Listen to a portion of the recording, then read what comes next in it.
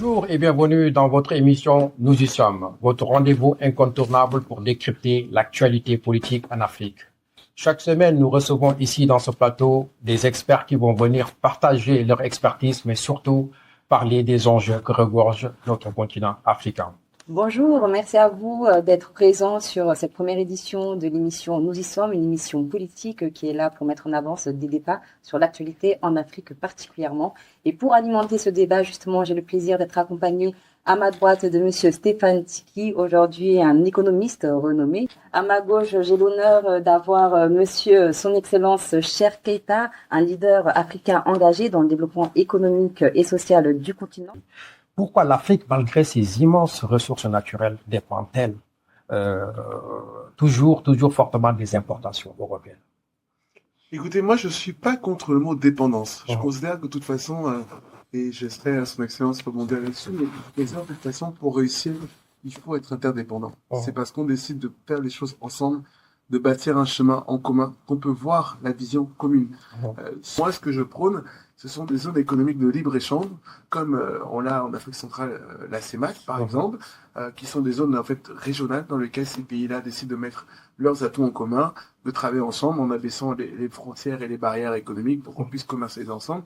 Et c'est vrai que je sais que je suis un peu minoritaire là-dessus, mais moi je suis vraiment un partisan de la ZECAf. Mais je pense que si on est interdépendant, c'est-à-dire qu'on dépend des uns et des autres, tu as un besoin, j'ai un besoin, tu as une offre, j'ai une demande, et ben finalement ça crée ce que moi j'appelle des rapports gagnant-gagnant. L'Afrique a une histoire. Notre histoire a été une histoire partagée. L'Afrique avec le reste du monde. Et je pense qu'aujourd'hui, l'Afrique a fait chemin.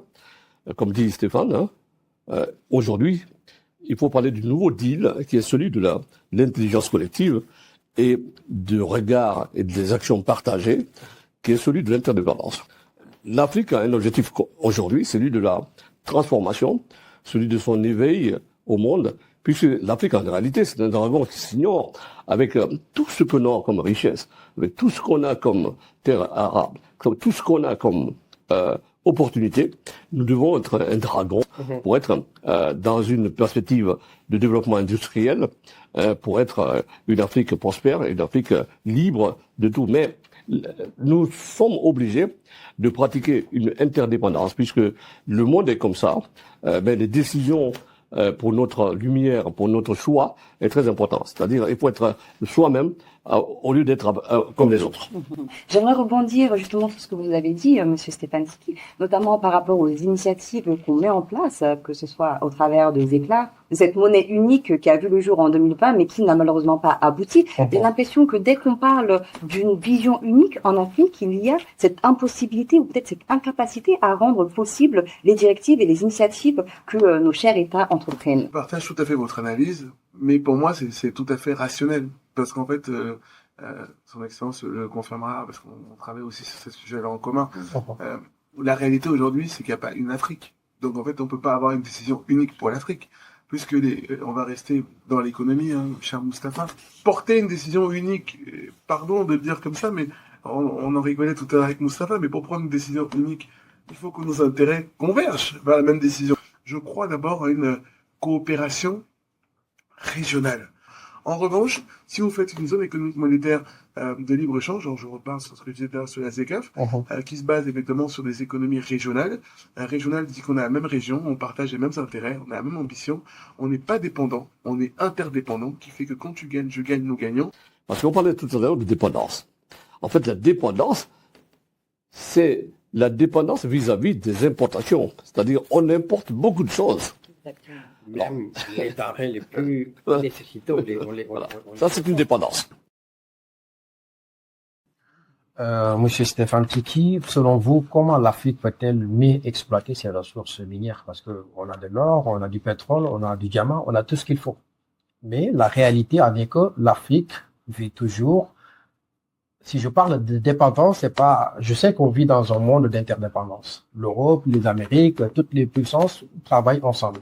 Mais aujourd'hui, l'Afrique vit toujours dans la précarité. Et qu'aujourd'hui, je pense qu'il est grand temps que l'Afrique voit mettre en place une vision avec une autonomie par rapport, de ce reste que pour nourrir sa propre population, même pour manger, on est obligé d'importer du blé. En Russie, on est obligé d'importer tout. On a des terres fertiles, on a tout ce qu'il faut. Quelle est votre vision aujourd'hui par rapport à cette précarité? Comme toujours, une vision très terre à terre et tout terrain. Pour moi, en fait, c'est hyper simple. Il faut doter l'Afrique d'avoir une vraie capacité d'industrialisation. Je disais tout à l'heure à Emma, moi je prône la création d'un statut de l'auto-entrepreneur sur le continent africain pour permettre à ces jeunes de créer des emplois, de créer leur propre entreprise, qui sont des micro-entreprises, qui peuvent être des TPE, des PME, des startups. On sort de ce sommet d'ailleurs de l'intelligence artificielle, dans lesquels ces jeunes peuvent créer des entreprises, parce que en Afrique, contrairement à ce que les gens peuvent penser, et je suis d'accord avec vous, il n'y a pas un manque de talent. Il y a un manque de talent. Ce qui manque aujourd'hui, c'est l'accompagnement, la formation et transformer, comme des États, la croissance en amélioration des quotidiens de vie.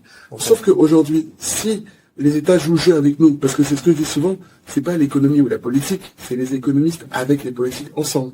C'est-à-dire que si les États jouent le jeu en baissant notamment les impôts, et que vous permettez à ces jeunes de créer leur auto-entreprise, qui dit créer entreprise, ça permet de sortir, cher quelqu'un, comme vous dites souvent, et c'est une phrase, je vous cite, de sortir de l'informel pour passer dans le formel. Nous exploitons, nous avons plein de choses et nous en tirons pas profit, ça ne nous a pas permis de nous faire développer. Mais pour cela, je vais revenir aux mines. Il faut une politique minière pour l'Afrique. Depuis nos indépendances, nous vendons en brut toutes nos ressources minières. Alors, moi j'ai pris la décision de travailler avec quelques amis qui sont des économistes, des spécialistes des mines. La solution, c'est décider en Afrique d'arrêter de vendre nos richesses minières brutes. Et tout ça dépendra de la façon dont nous pouvons tout à fait proposer. Donc, il faut proposer des convergences, des solutions. Mais, alors, cette décision, elle est difficile à prendre parfois, parce que le lobby financier est au nord, et nous sommes au sud.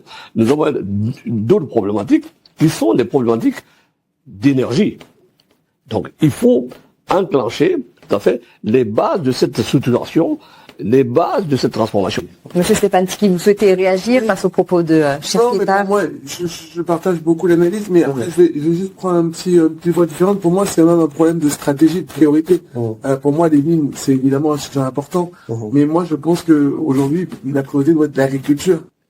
Il faut le changement des mentalités, parce que en Afrique, on pense que, comme il a dit, que c'est un pauvre qui doit aller à l'agriculture, ou bien c'est un vieux qui doit faire l'agriculture. C'est pas vrai. Nous sommes en Europe. Quand vous allez en Pologne, aux États-Unis, au Canada, les gens les plus riches, mais c'est les agriculteurs.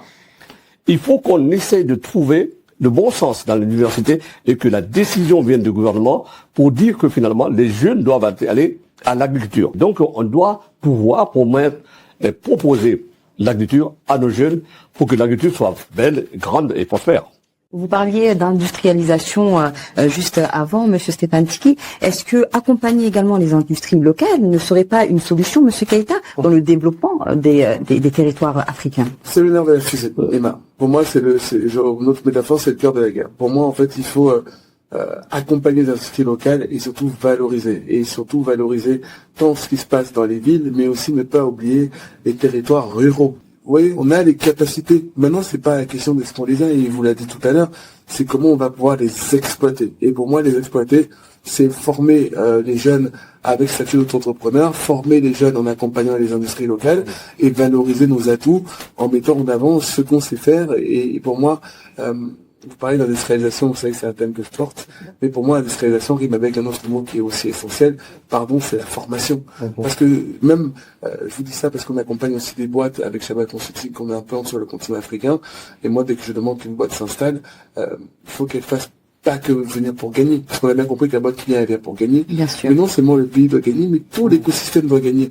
Et donc moi, ce que je demande aux boîtes que j'accompagne, c'est aussi former d'abord la main d'œuvre locale, parce que pour justement, avec un peu d'ironie, ne pas créer de dépendance. Mais comment est-ce qu'aujourd'hui on peut justement favoriser ces informations-là pour qu'elles deviennent réelles et aussi utiles aux locaux ou même aux diasporas? Moi, je pense aussi qu'il faut que de temps en temps, on parle aussi des solutions de l'Afrique qui sont évidemment en Afrique, et dire qu'en Afrique, il y a des gens qui font bien des choses et qui s'en sortent. Voilà. Mais ça me demande aussi une communication et aussi une valorisation de ceux savoir-faire et le faire savoir à tout le monde. Et peut-être une transparence aussi. Et puis en plus aussi, nous avons un partenaire essentiel aujourd'hui qui est la révolution digitale et Internet. Vous savez, les informations qui sont aujourd'hui décidées en Guinée, au Sénégal ou à Abidjan, l'Internet est un véhicule nouveau pour qu'on puisse avoir cette information.